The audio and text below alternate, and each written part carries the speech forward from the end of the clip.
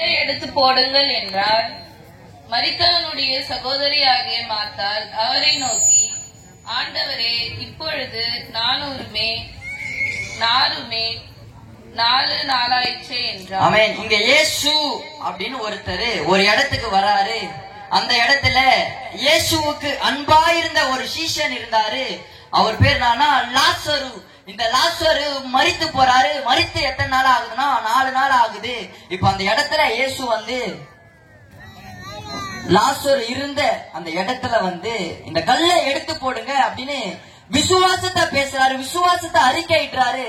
அந்த இடத்துல லாசரு கூட பிறந்த மார்த்தாள் அப்படின்னு ஒருத்தவங்க அவ்விசுவாசத்தை அறிக்கையிட்டாங்க. ஆண்டவரே, 4 நாள் ஆயிடுச்சப்பா, நாருமே இந்த சூழ்நிலை இதுக்கப்புறம் முடியாதப்பா, இதை மாத்த முடியாதே, இது மாத்த முடியாத ஒரு சூழ்நிலையே, நீங்க குறித்த நேரத்துல வரலையே, நீங்க காலதாமதம் பண்ணி வந்துட்டீங்களே, இதுக்கப்புறம் முடியாதப்பா, என் வாழ்க்கை இதுக்கப்புறம் மாறாதே, இது மாத்த முடியாத ஒரு வாழ்க்கையே, இதெல்லாம் நடக்குமா, என் குடும்பத்துல இந்த அற்புதம் நடக்குமா, இந்த அவ்விசுவாசத்தை அறிக்கையிட்டாங்க.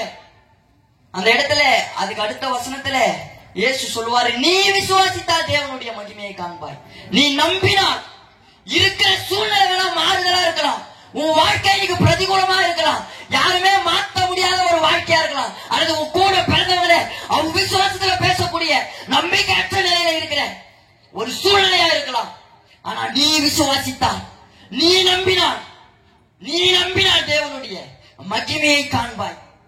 ஏன் இந்த வார்த்தையை சொன்னாருன்னா 39வது வசனத்துல இவங்க சொல்றாங்க, 4 நாள் ஆயிடுச்சே, அத பெருசா பேசுறாங்க, மாற்ற முடியாத சூழ்நிலையை பெருசா பேசுறாங்க.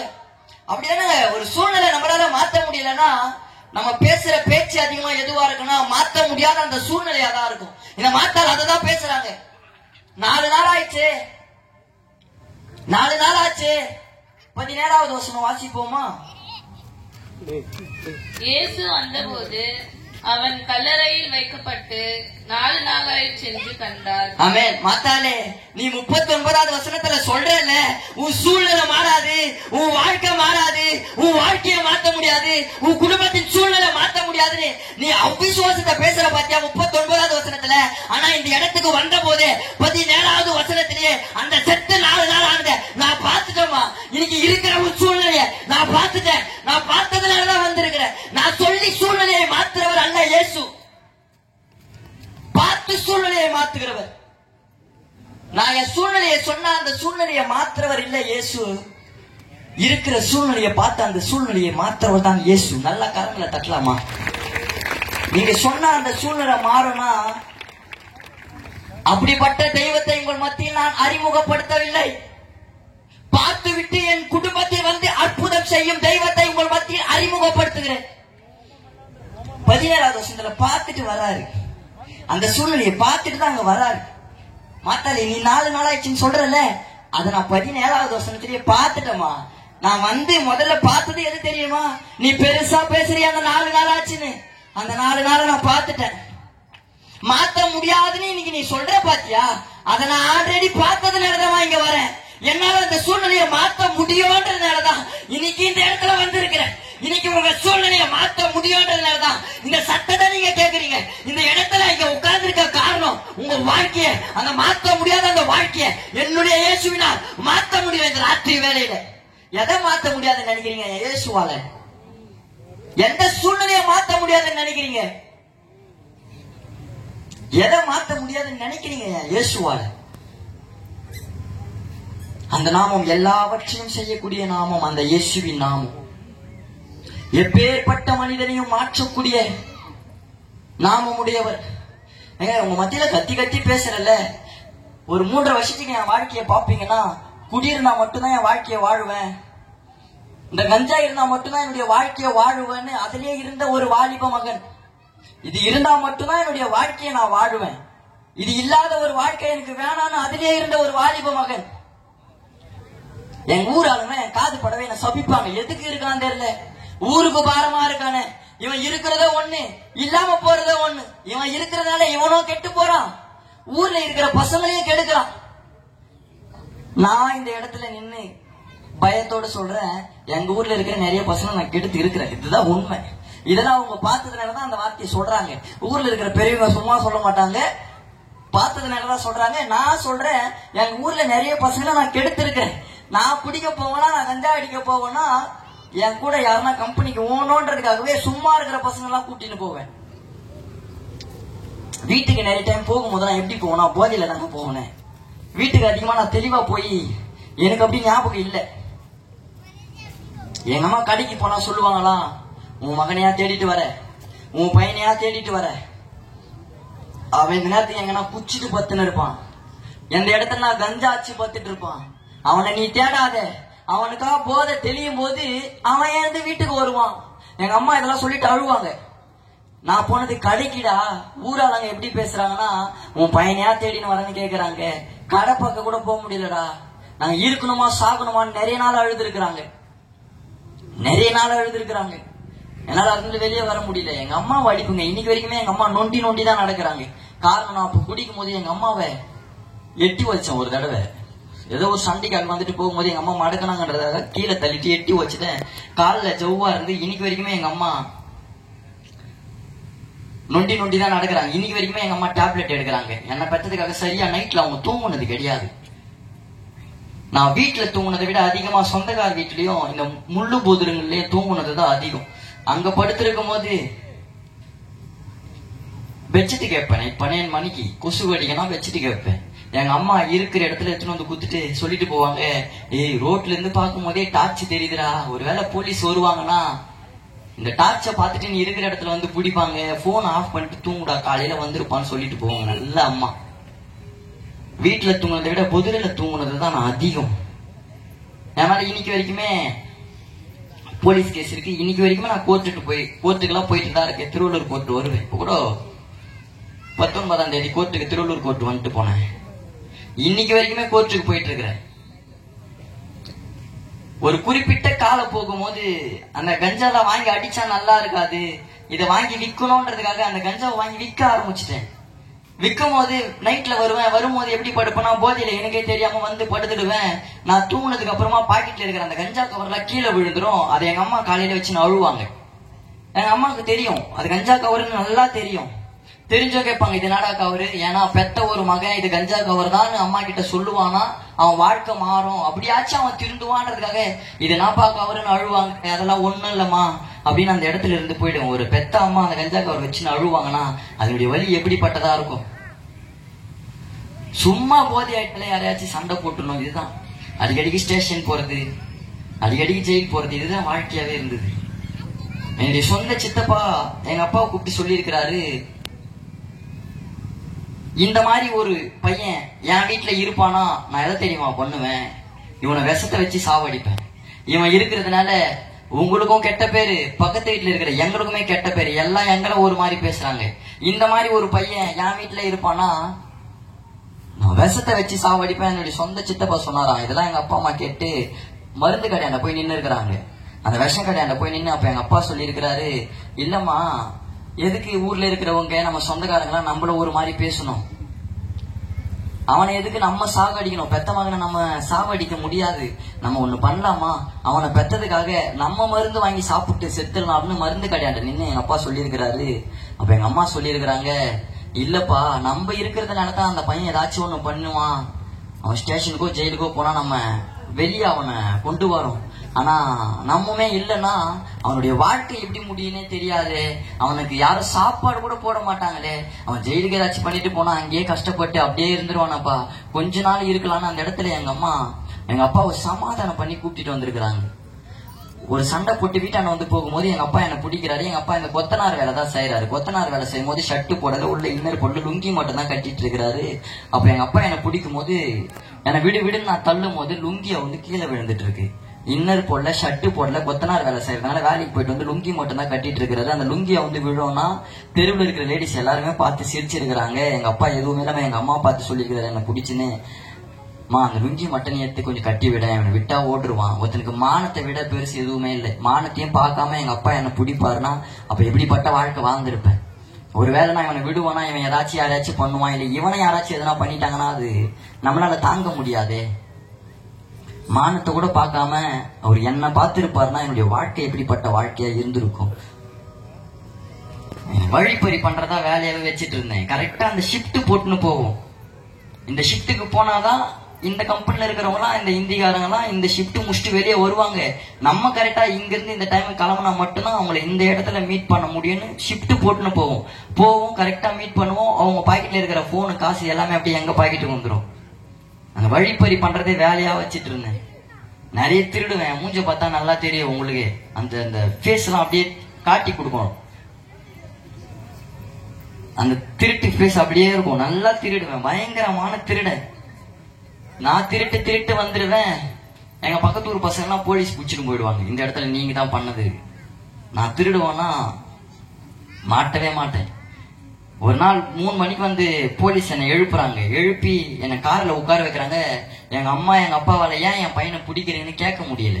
ஏன் கேட்க முடியலன்னா, அன்னைக்கு 3 மணிக்கு வந்து நைட்டு வந்து வீட்டுல வாந்தி எடுக்கிறேன். 3 மணிக்கு போலீஸ் எழுப்புறாங்க. எங்க அப்பா அம்மாவோட கேட்க முடியல, ஏன் என் மகனை பிடிக்கிறீங்கன்னு கேட்க முடியல. காரணம், அன்னைக்கு நைட்டு வந்து நான் வீட்டுல வாந்தி எடுக்கிறேன். நைட்டு வந்து வீட்டுல வாந்தி எடுத்தான், இவன் கண்டிப்பா ஏதாச்சும் ஒண்ணு பண்ணிட்டு வந்திருப்பான், அதனாலதான் போலீஸ் பிடிக்கிறாங்க போலன்னு எங்க அப்பா அம்மா கேட்க கூட முடியல. ஸ்டேஷனுக்கு கூப்பிட்டு போனாங்க. எங்களுக்கு வந்து சோழவரத்து ஸ்டேஷன் தான். சோழவரத்து ஸ்டேஷன்ல நான் ராட்னெல்லாம் ஏறி இருக்கிறேன். பின்னாடி டவுல் போட்டு 2 கையை கட்டிடுவாங்க. அந்த டவுல்ல ஒரு கயிறை போட்டு கட்டி, ஸ்டேஷன்ல மேல சக்கரை மாதிரி இருக்கும், அந்த சக்கரத்துல கயிறை போட்டு இழுப்பாங்க. இழுக்கும் போது இந்த 2 கை பின்னாடி மேல ஏறும். மேல ஏறும் போது எதிர ஒரு போலீஸ் இருந்து இந்த பக்கம் ஒரு கை இந்த பக்கம் ஒரு கை பிடிச்சி அப்படியே ஷிஃப்ட் பண்ணுவாங்க. அப்படியே தூக்கி விடுவாங்க. அப்படியே மேல போகும். பின்னாடி இந்த ஒரு போலீஸ் அந்த கயிறை ஈத்து பின்னாடி லாக்அப்ல கட்டுவாரு. இப்படிதான் ராட்டினம் ஏத்துவாங்க. நான் ஏறி இருக்கிறேன். காலெல்லாம் ஓப்பன் போட்டிருக்கிறாங்க. கீழே இறக்கி சேரு கீழே என்னை உட்கார வச்சு, சேருக்கு 2 பக்கம் 2 கால் வரும். அதுல என்னை கீழே உட்கார வச்சு சேர்ல சாய சொல்லிட்டு, காலில் இந்த பக்கம் ஒரு கையே இந்த பக்கம் ஒரு கையே உள்ள விட சொல்லிட்டு, சேர்ல ஒரு போலீஸ் உட்காந்து 2 ஷோல்டரும் பிடிச்சிக்கிட்டு காலை ஓப்பன் போட்டிருக்கிறாங்க. தொடி மேல ஏறி போலீஸ் நின்று 2 காலுமே ஓப்பன் போட்டு 2 காலுமே நேரா இருக்கிற மாதிரி கிழிச்சிருக்கிறாங்க. இன்னைக்கு வரைக்குமே என்னால ஒழுங்கா ஓட முடியாது. அப்படி ஓடுவோன்னா வலிக்கும். இன்னைக்கு வரைக்குமே மாற்ற முடியாத ஒரு வாழ்க்கை. யாராலையும் மாற்ற முடியாது. நான் பான் கிறிஸ்டினா இல்ல, நான் பேசும்போது நல்லா தெரியும். நான் என் பேச்சே காட்டி கொடுத்துரும். நான் பிறந்ததுல இருந்து கிறிஸ்துவ குடும்பத்திலிருந்து வந்த ஒரு வாலிப மகன் அப்படி கிடையாது. ஏன்னா என் பேச்சு என்னை காட்டி கொடுக்கும். நான் இந்த பைபிளை எடுத்து 3 வருஷம் தான் ஆக போகுது. நான் ஒரு பக்கா இந்து குடும்பத்தில இருந்து வந்த ஒரு வாலிப மகன் தான். என்னை யாரும் மாத்தல. நானே சொல்றேன், என்னை மாத்த முடியாது. யாருமே என்ன சொந்தக்காரங்க கூட வீட்டாண்ட சேர்த்துக்க மாட்டாங்க. எங்க சொந்தக்காரங்களே என்னை வீட்டாண்ட சேர்த்துக்க மாட்டாங்க. இவன் வீட்டாண்ட வந்தா நம்ம வீட்டுல இருக்கிறது ஏதாச்சும் எடுத்துட்டு போயிடுவானோ, இல்ல இவன் வந்தா இருக்கிற பசங்களை கெடுப்பானோ, இல்ல இவன் வர்றதுனால போலீஸ் இவனை பிடிக்க வந்து நம்ம வீட்டுல இருக்கிற பசங்களை பிடிக்குமோன்றதுனால என்னை வீட்டான கூட சேர்த்துக்க மாட்டாங்க. இதுதானே வாழ்க்கையாவே இருந்தது. என் கை எல்லாமே நான் அறுத்து வச்சிட்டு இருப்பேன். பொய் சொல்லிட்டு போனோன்றதுக்காக நான் அங்கிருந்து இங்க வரல. முன்னாடி நிக்கிறேன். ஒருவேளை உங்களுக்கு சந்தேகமா இருக்குன்னா தாராளமா வருவீங்கன்னா என் கையை காட்ட நான் ரெடியா இருக்கேன். நான் போதை ஆயிட்டுனா என் வயிற்றைய நானே அறுத்துப்பேன். என் வயிற்றுல இன்னும் கூட அந்த கீரை எல்லாம் இருக்கும். நான் அறுத்துக்கணும். நான் போதை ஆயிட்டுனா என்னையும் நான் அறுத்துப்பேன். இதெல்லாம் மாற்ற முடியாத ஒண்ணு. ஏன்னா இன்னமும் என் உடம்புல அந்த கீரை எல்லாம் இருக்கு. மாற்ற முடியாத ஒரு வாழ்க்கை. உன் வாழ்க்கையில எப்படி அந்த இயேசு வந்தாரு, உன் வாழ்க்கையை எப்படி அந்த இயேசு மாத்தினாருன்னு எல்லாருக்குள்ளயும் ஒரு கேள்வி இருக்கும்னா, நான் அதை சொல்லி ஜெபிக்க விருப்பப்படுறேன். இந்த கஞ்சா விஷயத்துல எங்களுக்குள்ளவே பசங்களுக்குள்ள சண்டை ஆயிட்டு, ஒரு பையன் எங்களை சண்டை போடுறான்னு சொல்லும் போது நாங்க எல்லாருமே பேசிக்கிட்டோம், இனிமே நம்ம இருக்கிற இடத்துல, நம்ம குடிக்கிற இடத்துல, நம்ம கஞ்சா அடிக்கிற இடத்துல இவன் வந்து உட்கார கூடாதுன்னு நாங்க எல்லாருமே பேசிக்கணும். ஒரு நாள் நைட்டு நாங்க உட்கார்ந்து குடிக்கிறோம். அந்த நாள் நான் குடிச்சிட்டேன், டம்மும் வச்சுட்டேன். புருவட்டேன் அப்படின்னு ஒரு டேப்லெட் சொல்லுவாங்க, அந்த மாத்திரையுமே போட்டுட்டேன். அதுல போதை எனக்கு தாங்க முடியாம ஷர்ட்டை கழட்டி கீழே போட்டுட்டு ஷர்ட்டு மேல படுத்துட்டேன். படுக்கும் போது ஒருத்தனுடைய சவுண்டு மட்டும் கேக்குது. யாரை நாங்க சேர்க்க கூடாதுன்னு சொன்னமோ அவனுடைய சவுண்டு கேக்குது. அவன் வந்து அந்த இடத்துல இருக்கிறான். அப்ப எழுந்து நான் பாக்குறேன். எழுந்து பார்க்கும்போது இந்த பையன் அந்த இடத்துல இருக்கிறான். அப்ப நான் என்ன பண்ணேன்னா, கீழே நான் குச்சிட்டு போட்ட அந்த பாட்டிலே தூக்கி அவன் தலையில அடிச்சிட்டேன். அதுல அவன் பக்கத்தூர் பசங்க தான் கூட்டின்னு என்ன அடிக்க வந்துட்டான். அந்த இடத்துல இருந்து நான் ஓட ஆரம்பிச்சிட்டேன். என் கூட இருந்த 2 பேரை பசங்க போட்டு அடிச்சிட்டானுங்க. அப்போ நாங்க ஒரு 8 பேரை செட் பண்றோம். நான் இல்லைன்னு தானே கூட இருந்த பசங்க அடிச்சுட்டான். நம்ம நைட்டு என்ன பண்ணலாம்னா அவங்க வீட்டான போலாம். நைட்டு நாங்க ஒரு மணிக்கு போறோம். 1 மணிக்கு போ கதவை தட்டி அந்த பையன் இல்லையான்னு கேட்கும் போது இல்லப்பா நாப்பா விஷயம்னு அந்த பையனோட அம்மா, அவங்க அப்பா, அவங்க அண்ணன் 3 பேர் கேட்கறாங்க. நாங்க எல்லாருமே பேசிக்கணும். நான் இல்லைன்றதுனால தான்டா நம்ம பசங்களை அடிச்சான். அவன் இல்ல வீட்டுல இருக்கிறவங்களை போட்டு அடிப்போம் அப்படின்னு சொல்லி அவன் வீட்டுல இருக்கிறவங்களை போட்டு அடிக்க ஆரம்பிச்சிட்டான். அவங்க அம்மாவை, அவங்க அப்பாவை, அவங்க அண்ணன் 3 பேருமே. அதுல லேடிஸ்க்குமே பிளட் வந்து அதுல போலீஸ் கேஸ் கொஞ்சம் வெயிட் ஆயிட்டு 5 பேர் வீட்டுல கேஸ் வாபஸ் வாங்கிட்டாங்க. எங்க பசங்க இந்த மாதிரி பண்ண மாட்டானுங்க, அந்த தருண் பையன் கூட சேர்ந்ததுனாலதான் இந்த மாதிரி வந்துட்டானுங்க, இதுக்கப்புறம் வர மாட்டானுங்க, எங்க பசங்க அன்னைக்கு கூட எதுவுமே பண்ணலையா, என்கிட்ட சொல்லிட்டு அழுதானுங்கன்னு கேஸ் வாபஸ் வாங்கி வந்துட்டாங்க. 3 பேர் மேல மட்டும் கேஸ் ஃபைல் ஆச்சு. அதுல A2 A3 போலீஸ் பிடிச்சிட்டாங்க. நான் எங்க பெரியம்மா வீட்டுக்கு போயிட்டேன். என் பெரியம்மா வீட்டான போகும்போது புடிச்சிட்டாங்கன்னு வக்கீல வச்சு பேசுறேன். நான் AB லெட்டர் மட்டும் கொஞ்சம் வாங்கி கொடுத்துருந்தேன், முன்ஜாமீன் லெட்டர் நீங்க வாங்கி கொடுத்தீங்கன்னா நான் இதுக்கப்புறம் ஒழுங்கா இருக்கிறேன்னு வக்கீல் கிட்ட பேசும்போது வக்கீல் நான் பண்ணிட்டாருன்னா ஸ்டேஷன்ல போய் பேசி பார்த்தாரு. அப்ப சொல்லிட்டாங்க இல்ல A2 A3 போலீஸ் குச்சாச்சு, அவங்க வீட்டுல கேஸும் வாபஸ் வாங்க மாட்டாங்க. முக்கியமா யார சொல்றாங்கன்னா தருணை தான் சொல்றாங்க. அவனை நிச்சயமா பிடிப்போம், நீங்களே கூட்டிட்டு வந்து ஸ்டேஷன்ல விடுறதுனா விடுங்க அப்படின்னு சொல்லும் போது வக்கீல் வந்து இதை சொல்லும் போது நான் சொல்லிட்டேன்னா இல்ல அவங்க பிடிக்கும் போது பிடிச்சிக்கிட்டோம், நான் வந்து மாட்ட மாட்டேன்னு சொல்லிட்டேன். வக்கீல் போய் நான் இருக்கிற இடத்த சொல்லிட்டேன். 2 டைம் வந்தாங்க. வரும்போது ஓட ஆரம்பிச்சிட்டேன்.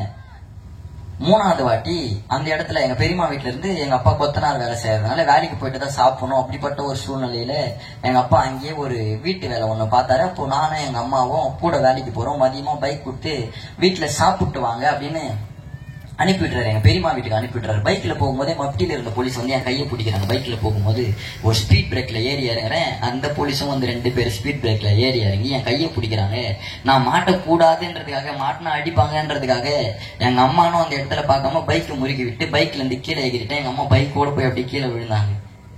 அதை கூட பார்க்காம நான் ஓட ஆரம்பிச்சிட்டேன். காரணம் அவங்க கிட்ட மாட்டிக்க கூடாதுன்றதுனால. என்ன தட்டி பார்த்து பிடிக்க முடியல. எங்க அம்மா கிட்ட வந்து நீ கீழே விழுந்தது கூட அவன் பார்க்காம ஓடுறானா, உன் மேல அவனுக்கு பாசம் கிடையாது, இதுக்கப்புறம் அவன் வாழ்க்கை மாற போறதும் கிடையாது, அவனை நாங்க நிச்சயமா பிடிப்போம்னா காலை நிச்சயமா உடைப்போம், நாங்க பிடிக்க வந்து அவன் ஓடுறானா எவ்வளவு நெக்கில் அவன் இருப்பான் அப்படின்னு சொல்லி எங்க அம்மா மிரட்டிட்டு போயிட்டு இருக்காங்க. இந்த சம்பவத்தெல்லாம் போய் எங்க பெரியம்மா கிட்ட எங்க அம்மா சொல்லியிருக்கிறாங்க. சொல்லும் போது எங்க பெரியம்மா சொல்லிட்டு இருக்கிறாங்க, ஒன்னும் அவனை விட்டுரு, இல்லைன்னா என் வீட்டுல நீ இருக்காதம்மா, இதுக்கப்புறம் உன் பையனை கூட்டு நீ எங்கன்னா போயிடுன்னு சொல்லும் போது எங்க அம்மா நைட்டு நான் வரும்போது என்கிட்ட சொன்னாங்க, இந்த மாதிரி பெரியம்மா சொல்லிட்டாங்கடா, எந்த இடத்துக்கு போறதுன்னு தெரியல, இதுக்கப்புறம் நம்மள யாருமே சேர்த்துக்க மாட்டாங்க, எங்க போறதுன்னு தெரியாம நிக்கிற அந்த சூழ்நிலையில தாங்க அந்த இயேசு எங்களை தேடி வந்தாரு. ஒரு ஊழியக்காரர் மூலியமா, ஒரு பாஸ்டர் மூலியமா, யாருன்னே தெரியாத ஊழியக்காரர், எங்க ஊர் இல்ல, என்னை பார்க்காத ஒரு ஊழியக்காரர், நாங்க முன்ன பின்ன பேசிக்கினது கூட இல்லை நானும் அந்த ஐயாவும். அவர் வந்து என்னை பார்த்து நாப்பான்னு கேட்டாரு. நாங்க இருந்த அந்த சூழ்நிலையை சொன்னோம். சர்ச்சில் படுக்கிறியா, உனக்கு சர்ச்சில் இருக்க விருப்பமானு கேட்டாரு. சர்ச்சில் போய் படுத்தோம். அப்ப எங்க அப்பா அம்மாக்கு ரொம்ப மன கஷ்டம். ஒருத்தங்களுக்கு சாப்பாடு இல்லாம சாப்பிடாம இருப்பாங்கன்னா அது அந்த அளவு வலிக்காது. சாப்பாடு இருந்து, ஒரு வீட்டுல சாப்பாடு இருந்து அந்த சாப்பாடை சாப்பிட முடியலன்னா அதனுடைய வலி அதிகமாவே இருக்கும். எங்களுக்கு சொந்த வீடு இருக்கு, சொந்த ஊர் இருக்கு, சொந்தக்காரங்க எல்லாருமே இருக்காங்க. ஆனா யாருமே எங்களை சேர்த்துக்காம, சொந்த ஊர்லயும் இருக்க முடியாம, யாருமே தெரியாத ஒரு ஊழியக்காரர் வீட்டுல, ஒரு ஃபாஸ்டர் வீட்டுல கூட இல்ல, சர்ச்சில், அந்த சர்ச்சில் இருப்பாங்கன்னா அதனுடைய வலி எதுவுமே இருக்காது. எங்க அப்பா அம்மா அந்த இடத்துல தூங்குறாங்க. நான் மட்டும் யோசிச்சுட்டு உட்காந்து இருக்கிறேன். நான் இப்படி பண்ணிட்டோம், இனிமே நம்ம எங்கேயும் போக முடியாது. ஒரு பக்கம் சண்டை போட்டல, அந்த பசங்க வேற நம்மள ஏதாச்சும் பண்ணிடுவானுங்க போல, ஒரு பக்கம் போலீஸ் நம்மளை நிச்சயமா பிடிக்கும் போலன்னு யோசிக்கும் போது தாங்க அந்த ஊழியக்காரர் மூலியமா நான் உங்களுக்கு அறிமுகப்படுத்துற அந்த இயேசு வந்து என்கிட்ட பேசினாரு. உன் வாழ்க்கையை நீ மாத்திக்கடா. இன்னைக்கு வேணாலும் எப்படிப்பட்ட சூழ்நிலையில வேணாலும் இருக்கலாம். உன் வாழ்க்கைய யாராலுமே மாற்ற முடியாத ஒரு வாழ்க்கையா இருக்கலாம். உன் சொந்த பந்தமே கூட உன்னை ஒதுக்கி நீ வேணான்னு சொல்லலாம். நீ ஒதுக்கப்பட்ட நிலையில இந்த சபையில நீ இருக்கலாம். இன்னைக்கு எல்லாராலும் புறக்கணித்து தள்ளப்பட்ட நிலையில இன்னைக்கு நான் பேசுற இந்த சத்தத்தை நீ கேட்கலாம். ஆனா உன் வாழ்க்கையில அந்த இயேசு வருவாருன்னா, இன்னைக்கு இருக்கிற இந்த பிரதிகூலமான வாழ்க்கை அனுகூலமா மாறும்டா. அன்னைக்கு அந்த ஊழியக்காரர் மூலியமா அந்த இயேசு என்கிட்ட பேசினார். அன்னைக்கு நான் என் வாழ்க்கையை ஒப்பு கொடுத்தேன். நீங்க சொல்ற அந்த இயேசு எப்படிப்பட்டவரு? யாருமே என்ன வேணான்னு தள்ளுறாங்க, அந்த இயேசு என்னை சேர்த்துப்பாரா? என் வாழ்க்கைய மாத்துவாரா? இன்னைக்கு கஷ்டத்தை பாக்குற எங்க அப்பா அம்மா சந்தோஷமான வாழ்க்கையில வருவாங்களா? இன்னைக்கு கண்ணீரோடு தூங்குற இவங்க அந்த சந்தோஷமா ஒரு நாள் தூங்கிடுவாங்களான்னு கேள்வியோடு என் வாழ்க்கையை ஒப்பு கொடுத்தேன். என் வாழ்க்கைய மாத்தினாரு. என் கூட இருந்த பசங்க எல்லாம் கேஸ்கார பசங்க ஜெயிலுக்கு போனானுங்க. நான் ஜெயிலுக்கு எல்லாம் போல. எங்க அம்மா கிட்ட மிரட்டின போலீஸே எங்க அம்மாக்கு கால் பண்ணி, நாங்க அவனுக்கு நாங்களே முன்ஜாமீன் லெட்டர்லாம் வாங்கி கொடுத்துறோமே, இதுக்கப்புறம் அவன் ஒழுங்கா இருப்பானான்னு கேட்டு எங்க அம்மா கால் பண்ணி அதே போலீஸ் மிரட்டின அதே போலீஸே முன்ஜாமீன் லெட்டர்லாம் வாங்கி கொடுத்து அவங்களே எங்க ஊருக்கு அனுப்பிவிட்டாங்க. இன்னைக்கு நான் எங்க ஊர்ல இருந்து 3 வருஷமா ஊழிய செய்யறேங்க. சந்தோஷம் இல்லாத அந்த குடும்பத்துல இன்னைக்கு சந்தோஷமா இருக்காங்க. வீட்டுக்கே போனா கூட அவங்களுக்கு கவலை இல்லை, சந்தோஷமா இருக்காங்க. நான் ஒரு படி மேல போய் சொல்லட்டுமா, இன்னைக்கு காசு இல்லாத நேரத்துல என் குடும்பத்தை பாக்குறதே நான் தான். இன்னைக்கு போன வாரத்துல எங்க அம்மாவுக்கு உடம்பு சரியில்லை, வீட்டுல ₹1 இல்லாத நேரத்துல எங்க அம்மாவை கூப்பிட்டு போயிட்டு ஹாஸ்பிட்டல்ல பார்த்தது நான் தான். இன்னைக்கு சந்தோஷமா இருக்கிறாங்க. எல்லாரும் சொல்லிட்டாங்க மாத்த முடியாது, இவன் வாழ்க்கை மாறாது, மாத்த முடியாத ஒரு வாழ்க்கை எல்லாரும் சொன்னாங்க. சொந்த பந்தம் எல்லாருமே ஒதுக்கி தள்ளினாங்க. அந்த வாழ்க்கையை இயேசு மாத்தினாருங்க. அந்த வாழ்க்கையை இயேசு மாத்தினாரு. இது கூட நீங்க சொன்னதெல்லாம் இமேஜினேஷன் பண்ணி பாப்பீங்கன்னா, அப்படியே நான் ஒன்னு பேசும்போதே இப்படிதான் இருந்திருக்கும், இதெல்லாம் எப்படி நடந்திருக்கும் அப்படின்னு நீங்க யோசிச்சு பாப்பீங்கன்னா நிச்சயமா உங்க கண்ணுல தண்ணி வரும். இப்படி எப்படி இருந்திருக்கும், இதெல்லாம் அவங்க வீட்டுல எப்படி கஷ்டத்தை அனுபவிச்சிருப்பாங்க இவனை பெற்றதுக்காக. அந்த வாழ்க்கையில இயேசு அற்புதம் செஞ்சாருங்க. இன்னைக்கு சந்தோஷமா இருக்காங்க. மாத்த முடியாத வாழ்க்கைய மாத்தினாரு. மாத்த முடியாத வாழ்க்கை. சொந்த பந்தம் எல்லாருமே சொல்லிட்டாங்க இதுக்கப்புறம் இதெல்லாம் முடியாது.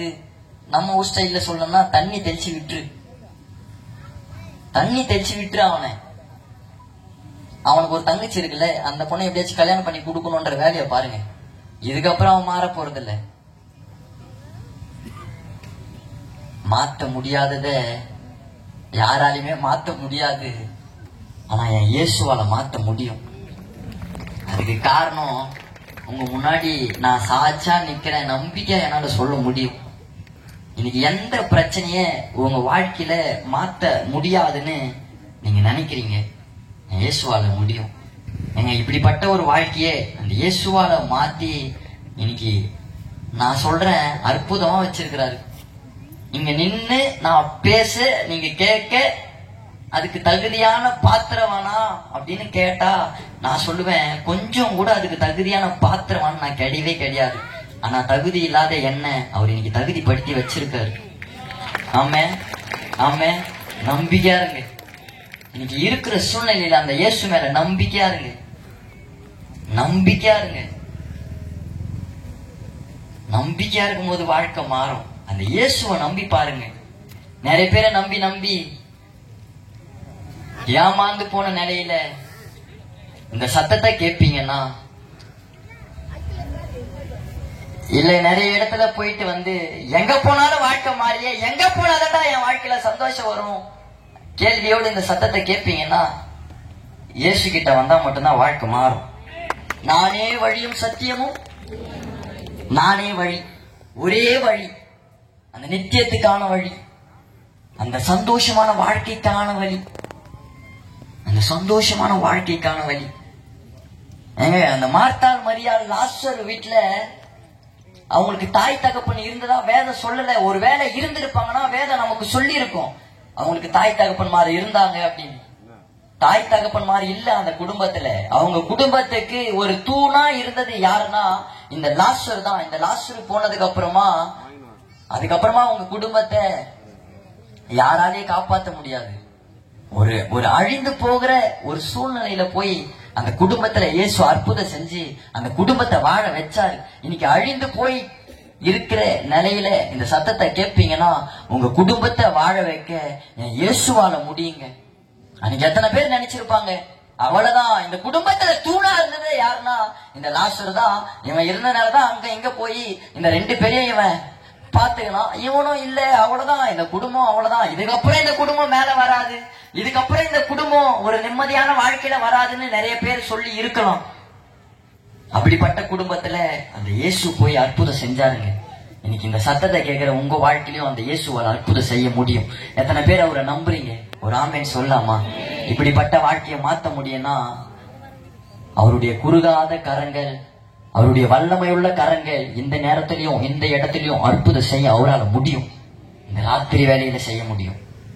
இந்த ராத்திரி வேலையில அப்படியே எல்லாரும் கண்ண மூடலாமா?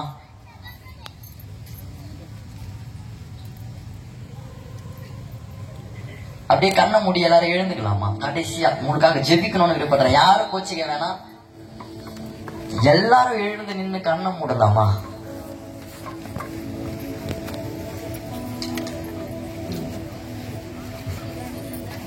எல்லாரும் கண்ண மூடலாம். உங்க வாழ்க்கையில எந்த பிரச்சனையும் அந்த இயேசு மாத்தணும்னு நினைக்கிறீங்க, கண்ணுக்கு முன்னாடி கொண்டு வாங்கல. ஒருவேளை கடன் பிரச்சனையை மாத்தணும்னு நீங்க நினைப்பீங்கன்னா அப்படியே கண்ணை மூடி கண்ணுக்கு முன்னாடி கொண்டு வாங்கல. உங்க வாழ்க்கையில நெடுநாளா இருக்கிற அந்த கடன் பிரச்சனை மாறணும்னு நீங்க விருப்பப்படுவீங்கன்னா அப்படியே கண்ணை மூடி கண்ணுக்கு முன்னாடி கொண்டு வாங்கல.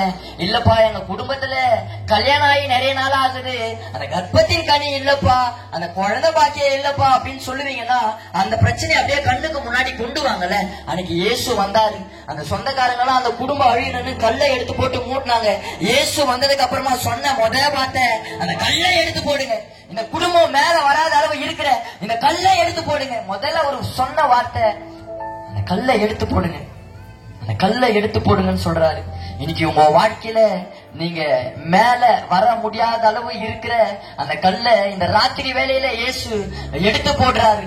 சில நேரத்துல மனுஷங்களை விட்டு எடுப்பாரு, சில நேரத்துல அவரே இறங்கி எடுப்பாரு. இந்த ராத்திரி வேலையில அவர் இறங்கி வந்திருக்கிறாரு. இன்னைக்கு எந்த பிரச்சனை மாறணும்னு நினைக்கிறீங்க, உங்க வாழ்க்கையை மாற்றக்கூடிய ஒரு ராத்திரியாவது இருக்கட்டும். நெடுநாளாய் தீராத பிரச்சனை இந்த ராத்திரி வேலையில மாறி போகும் இயேசுவின் நாமத்துல. தாயின் வயிற்றில் சப்பானியாய் பிறந்த ஒரு மனுஷன் ஜெபாலயத்திற்கு வெளியே இருக்கிறோம். தாயின் வயிற்றிலிருந்தே சப்பானியாய் மாற்ற முடியாத ஒரு வாழ்க்கை. யோவான பேதுரு அந்த பக்கமா நடந்து போறாங்க. நடந்து போகும்போது அவன் பிச்சை கேட்கிறான். அப்ப இவங்க சொல்றாங்க, நீ கேட்கிற பிச்சை என்கிட்ட இல்ல, என்கிட்ட ஒண்ணு இருக்குப்பா, அந்த இயேசுவின் நாமம் இருக்குப்பா. அந்த நாமம் உன் வாழ்க்கையில வரும்னா இன்னைக்கு தாயின் வயிற்றில இருந்து சப்பானியாய் பிறந்த உன்னுடைய வாழ்க்கையில எடுத்து நடக்க அந்த இயேசுவால் நடத்த முடியும். அந்த இயேசுவின் நாமம் உன்னை நடத்தப்பா. இத்தனை கால வருஷமா சபைக்கு வெளியே சப்பானியான்னு இருந்திருக்கலாம், உன் வாழ்க்கை மாறாத வாழ்க்கையா இருக்கலாம், மாத்த முடியாத ஒரு வாழ்க்கையா இருக்கலாம். ஆனா அந்த இயேசுவின் நாமம் உன்னை நடக்க வைக்கும்பா. இன்னைக்கு இந்த ஊர்ல நடக்க முடியாத சூழ்நிலையில நீங்க இருக்கலாம், வெளியே தலை காட்ட முடியாத சூழ்நிலையில நீங்க இருக்கலாம். இதே இடத்துல உங்களை நடத்த அந்த இயேசுவால முடியும். அவன் நடக்கிறத பார்த்துட்டு அந்த ஊர் மக்கள் கேட்கிறாங்க, ஜப்பானியத்துக்கு வெளியே சப்பானியா பிறந்த இவனா நடக்கிறான். உங்க ஊராளுங்க உன்னை கேட்பாங்க, உங்களா தலை நிமிர்ந்து நடக்கிறாங்க. வருத்தப்பட்டு பாரம் சுமக்கிறவர்களே, நீங்கள் எல்லாரும் என்னிடத்தில் வாருங்கள், நான் உங்களுக்கு இளைப்பாறுதல் தருகிறேன். பாரத்தை சுமக்கிறவங்களுக்கு எப்படிங்க இளைப்பாறுதல் தர முடியும்? பாரத்தை சுமக்கிறவங்களால தலை நிமிர்ந்து நடக்க முடியாது. அததான் சொல்றாரு இளைப்பாறுதல்னு. உன் வாழ்க்கையில நீ பாக்குற பாத்தியா இந்த பாரம், இத வாங்கி அந்த பாரத்தை நான் என் மேல வச்சு இன்னைக்கு இந்த பாரத்தோடு குனிந்து இருக்கிறல, உன்னை நிமிர்ந்து நடக்க என்னால முடியும். இன்னைக்கு பாரத்தை சுமக்கிற உன் பாரத்தை வாங்கி நிமிர்ந்து நடக்க வைக்க என்னால முடியும் சொல்றாரு. எத்தனை பேர் அவரை நம்புறீங்க? கைய மேல உயர்த்துறீங்களா? அப்படியே மறவார் இயேசு மறவார், ஒரு இமை பொழுதிலும் உன்னை மறவார். மறவார் இயேசு மறவார், உன்னை உருவாக்கிய இயேசு மறவார்.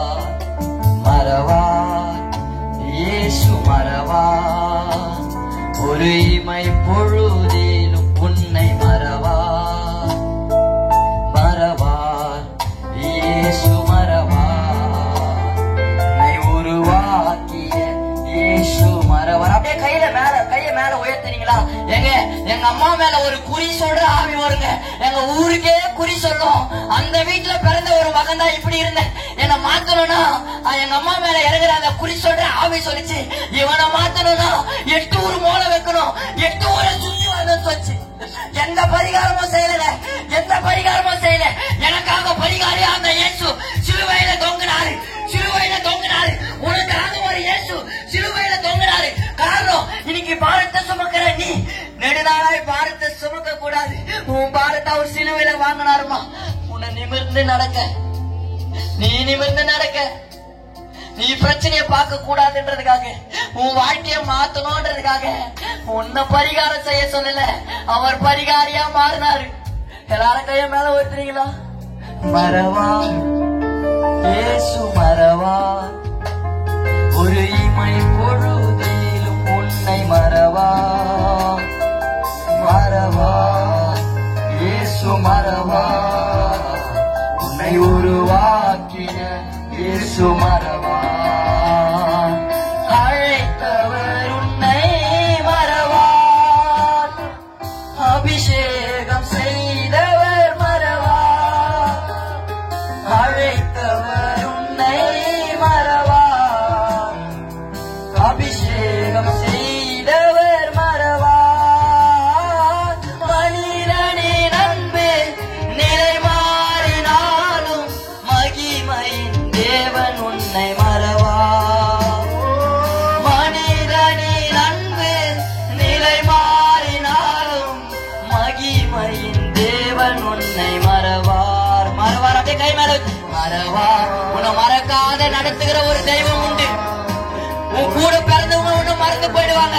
லாசருவே, உன் கூட பிறந்த சகோதரியே சொல்றா, 4 நாள் ஆயிடுச்சு நாருமே சொல்றா. கூட பிறந்த தம்பின்னு கூட பார்க்காம, கூட பிறந்த சகோதரன் கூட பார்க்காம நாருமே சொல்றா. உன் கூட பிறந்தவங்க ஒண்ணு மறந்து போவாங்க, உன் குடும்பத்தினர் ஒண்ணு மறந்து போவாங்க, உன் ஊர் மக்கள் ஒண்ணு மறந்து போவாங்க.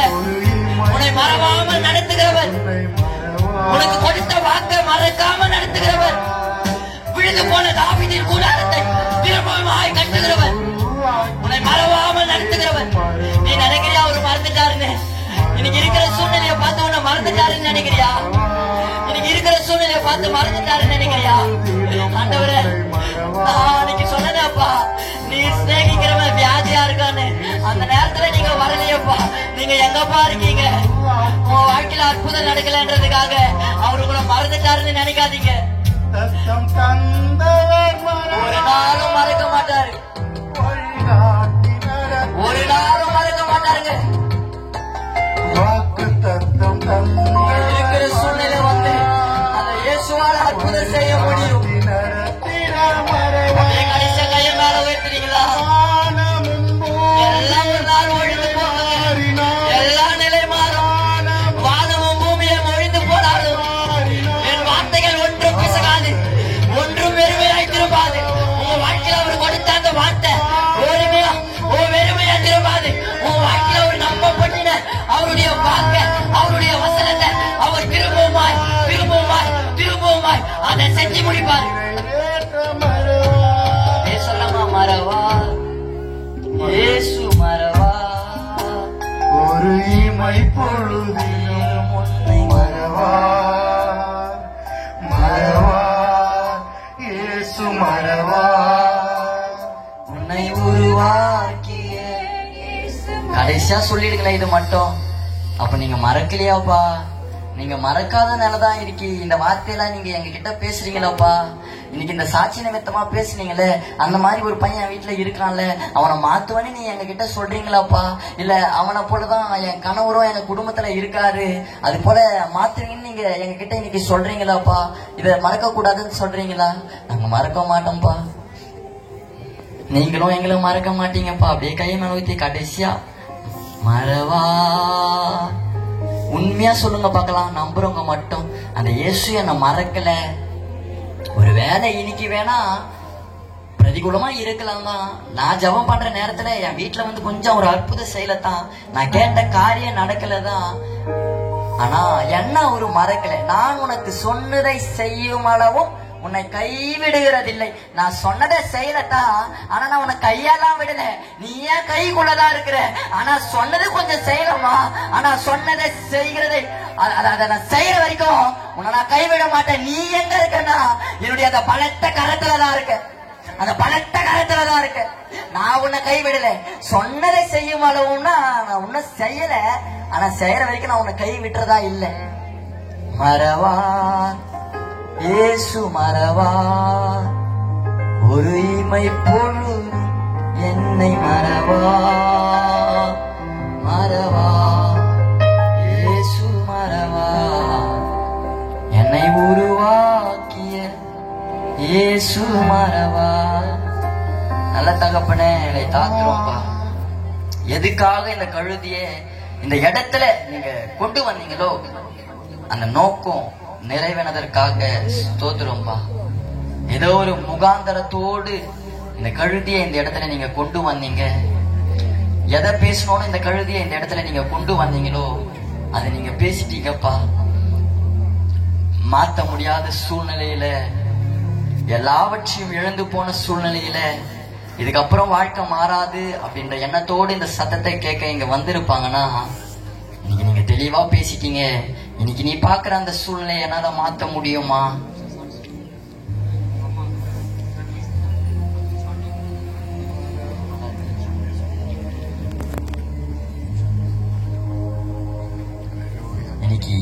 இன்னைக்கு பாக்குற அந்த சூழ்நிலைய மாத்த இயேசுவால முடியுமா? இன்னைக்கு நீங்க எதை பெருசா பாக்குறீங்களோ, மழையையும் காண மாட்டீர்கள், காற்றையும் காண மாட்டீர்கள். ஆனால் இந்த பள்ளத்தாக்குகள் நிலம் இது எப்படிப்பா முடியும்? ஒருவேளை மழை வரும்னா நான் நம்புவேன், ஒருவேளை காத்து அடிக்கும்னா நான் நம்புவேன். ஆனா இந்த வெறுமையா இருக்கிற இந்த பள்ளத்தாக்கை எப்படிப்பா நிரம்பும்? இது கர்த்தரின் பார்வைக்கு அற்ப காரியம். உன் பார்வைக்கு நீ கடினமா தெரியுறதெல்லாம் என் இயேசுவின் பார்வைக்கு அது அற்ப காரியம். இது உனக்கு கடினமா இருக்கலாம், இதெல்லாம் மாறாததா இருக்கலாம், ஆனா என்னுடைய பார்வைக்கு அது அற்ப காரியம். அது அற்ப காரியம். இன்னைக்கு உங்க வாழ்க்கையில மாத்த முடியாத சூழ்நிலையில நீங்க பாக்குறீங்களே கடினமா, அது அற்ப காரியம். படகுல பயணிக்கும் போது காற்றும் கடல்ல கொந்தளிக்கும் போது அதை கடினமா பாக்குறாங்க சீஷர்கள். அதை எழுந்த ஒரு அற்பமா பாக்குறாரு, ஒரு அற்பமா பாக்குறாரு. இன்னைக்கு உங்க சூழ்நிலைய அவர் அற்பமா பாக்குறாரு. சீக்கிரமா அந்த அற்பமான அந்த சூழ்நிலை உங்க வாழ்க்கையில ஆச்சரியமா மாறும். பரிசுத்தமுள்ள நல்ல பிதாவே, ஆமென் ஆமென். எல்லாரும் அப்படியே உட்கார்ந்து கொள்வோம்.